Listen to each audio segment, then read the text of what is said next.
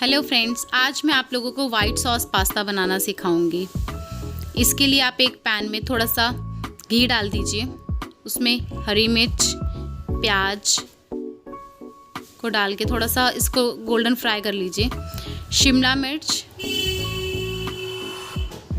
And sweet corns इसको डाल के आप थोड़ा सा इसको फ्राई कर लीजिए। नमक डाल दीजिए आपकी वेजिटेबल्स में। अब एक पैन में आप घी डाल के उसमें मक्खन डाल दीजिए। इसमें आप 2 चम्मच आप इसमें मैदा डाल के इसको थोड़ा सा फ्राई कर लीजिए। उसके बाद दूध डाल दीजिए और इसको थोड़े देर चलाते रहिए ताकि इसमें बिल्कुल भी लम्स ना आए। देखिए मैंने एकदम इसको ऐसे चलाया, इसमें लम्स नहीं है। नमक डाल दीजिए। अब इसमें आप ऑरिगेनो, चिली फ्लेक्स डाल के इसको थोड़ा सा मिक्स कर दीजिए।